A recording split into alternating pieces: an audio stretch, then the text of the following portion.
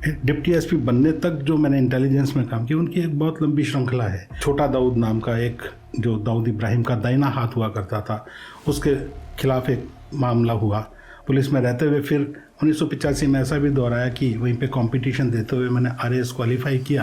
Glider एक ऐसा aircraft होता है जिसमें इंजन नहीं होता, जिसमें कैनोपी नहीं होती, और बिल्कुल आप हवा में ऐसे जैसे मोटरसाइकिल चला रहे होते हैं तो हवा लगती है आपके चेहरे, पूरा ओपन होता है, पूरा ओपन होता है। जो कॉकपिट होता है वो ओपन होता है, तो वो हवा मेरे चेहरे से गुजर रही है, सामने सूरज डूब रहा है, चिड़िया मेरे पास फ्लाइंग कर रही हैं। तो मन में एक कई सारी भावनाएं, कई सारे अनुभव, कई सारी जो अनुभूतियां थी, खुशी भी, डर भी, रोमांच भी, और जोश भी, गर्व भी।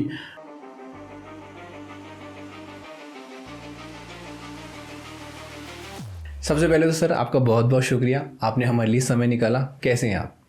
मैं बिल्कुल अच्छा हूं, और शुक्रिया मैं भी आप लोगों को इसलिए कहना चाहता हूं कि बाकी और जगह पर भी मेरे टीवी पे भी अपना जो धरती धुरारी होती है, और दूसरे जो यूट्यूबर्स हैं उन लोगों ने भी लिए, आप भी मेरा एक इंटरव्यू ले रहे हैं, तो नेचुरली आपका धन्यवाद बनता है और मुझे अच्छा लग रहा है, तो अच्छे में और अच्छा हो गया है।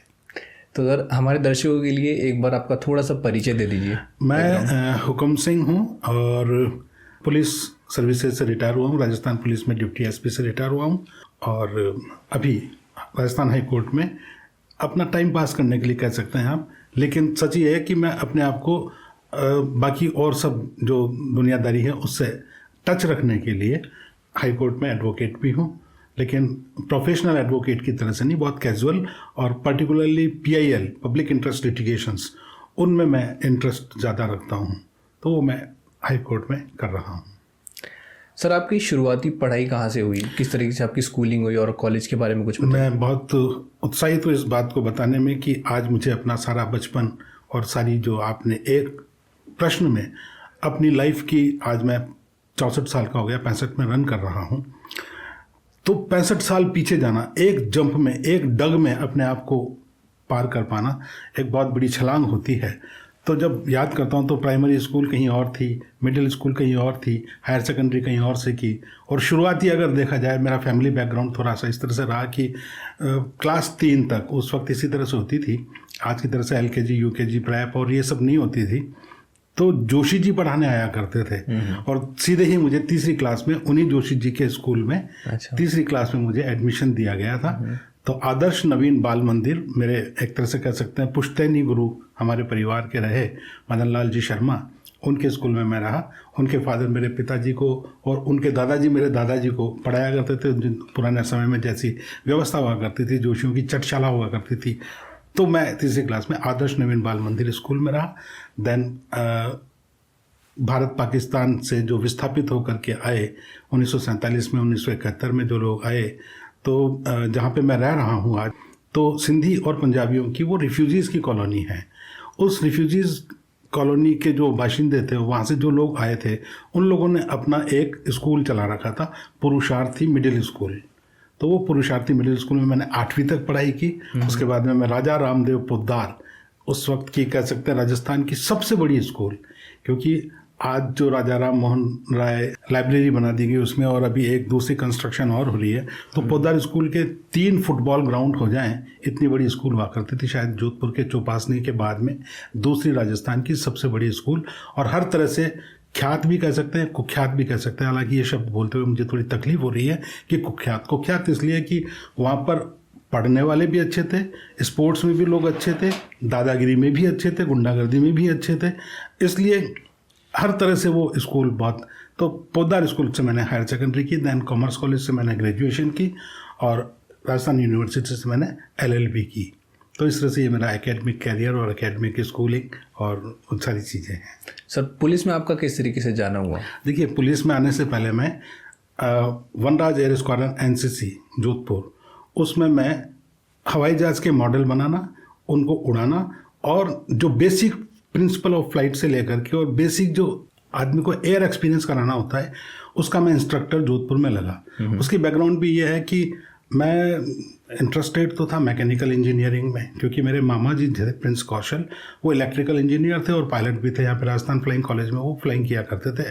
उस वक्त आज की जो MNIT है उस वक्त MREC हुआ करती थी, मालविया रीजनल इंजीनियरिंग कॉलेज, उसके वाइस प्रेसिडेंट भी रहे, तो वो फ्लाइंग किया करते थे और वो इंजीनियर थे। तो मुझे भी एक, क्योंकि मुझ पर उनका प्रभाव बहुत ज़्यादा था, तो मैं इंजीनियरिंग करना चाहता था। लेकिन मेरे फादर इलेक्ट्रिसिटी बोर्ड में, जो बहुत पुराना नला पावर हाउस, आज वो पावर हाउस समाप्त हो गया, तो उसमें फॉरमैन थे और उनके लिए अकाउंटेंट से बड़ी कोई चीज़ नहीं होती थी, तो वो चाहते थे कि मैं कॉमर्स पढ़ूँ। मुझे मार मार करके उन्होंने कॉमर्स दिलाई, तो मैं इंजीनियर बनते बनते रह गया और कॉमर्स पढ़ते पढ़ते भी मेरा जो इंटरेस्ट था उसमें, मैं उस फील्ड में, तो NCC करते हुए मैं 3 साल लगातार दिल्ली में एक सोसाइटी हुआ करती थी, society of aeronautical engineers of India. वो हर साल कंपटीशन ऑर्गेनाइज किया करती थी दिल्ली में सफदरजंग एयरपोर्ट पर, और उसके जो चेयरमैन हुआ करते थे, कभी आप लोगों ने सुना हो S कुमार की शूटिंग शर्टिंग वाले एक सुरेश कुमार जी हुआ करते थे, वो पायलट हुआ करते थे और उनके बेटे भी, और इस तरह से। तो विंग कमांडर एक साहनी थे, उन लोगों की वो बनाई हुई एक society of aeronautical engineers of India. Competition जब करवाया करते थे तो मैं 3 साल कंटिन्यूसली उस कंपटीशन में फर्स्ट पोजीशन मेरी जब रही, उस बेसिस पर मुझे वनराज एयर स्क्वाड्रन में फ्लाइंग इंस्ट्रक्टर लगाया गया और वहाँ से मैंने शुरुआत की। लेकिन मतलब वो ग्रेजुएशन समाप्त तो होते ही मुझे वहाँ पर अपॉइंटमेंट दिया गया, और फिर वहाँ पर कोई बात रही जरा सी कि मुझे उसको छोड़ करके और दूसरा कोई भी जॉब जो तलाश करना था। उसी वक्त ये वैकेंसी निकली हुई थी और मैंने पुलिस में फॉर्म भरा, उसमें सिलेक्शन होना ही था। आप कह सकते हैं कि हम बहुत इंटेलिजेंट थे, लेकिन थे साहब। तो वो हो गया।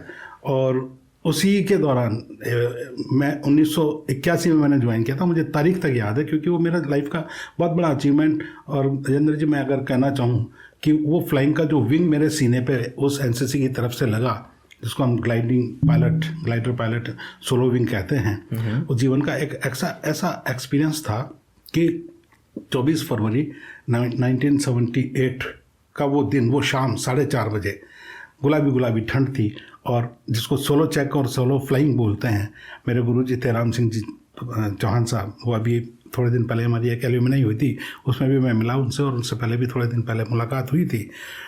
तो उन्होंने मुझे जब सोलो दिया, सोलो मतलब एकल फ्लाइंग, अकेला लेकर के हवा में होना, बिल्कुल, उस वक्त मैं हवा में अपने आप को अकेला, और मेरे पैरेलल ग्लाइडर एक ऐसा एयरक्राफ्ट होता है जिसमें इंजन नहीं होता, जिसमें कैनोपी नहीं होती, और बिल्कुल आप हवा में ऐसे जैसे मोटरसाइकिल चला रहे होते हैं, तो हवा लगती है आपके चेहरे, पूरा ओपन होता है, पूरा ओपन होता है, जो कॉकपिट होता है वो ओपन होता है। तो वो हवा मेरे चेहरे से गुजर रही है, सामने सूरज डूब रहा है, चिड़िया मेरे पास फ्लाइंग कर रही हैं, तो मन में एक कई सारी भावनाएं, कई सारे अनुभव, कई सारी जो अनुभूतियाँ थी, खुशी भी, डर भी, रोमांच भी, और जोश भी, गर्व भी, इतनी सारी जो चीज़ें थी, भावनाएं थी, वो सारी एक साथ उस दिन, उस शाम 24 फरवरी 78 की शाम 4:30 बजे का, वो जीवन में मैं कभी नहीं भूल सकता, क्योंकि वो पहला एक्सपीरियंस। ऐसे तो गुरु के साथ में रोजाना बैठ करके उड़ा करते थे, लेकिन मन में एक ये रहता था आत्मविश्वास कमी, कि हमारे साथ में कोई दूसरा है जो हमारी गलती या हमें सिखा रहा है, या कोई हम गलती करेंगे तो वो पकड़ लेगा या ठीक कर लेगा, क्रैश नहीं होगा। लेकिन उस वक्त हवा में अकेला होना बहुत बड़ा एक्सपीरियंस था। उस फ्लाइंग का जो विंग हमें दिया जाता है, वो विंग आज तक मेरे सीने पे चिपका हुआ है।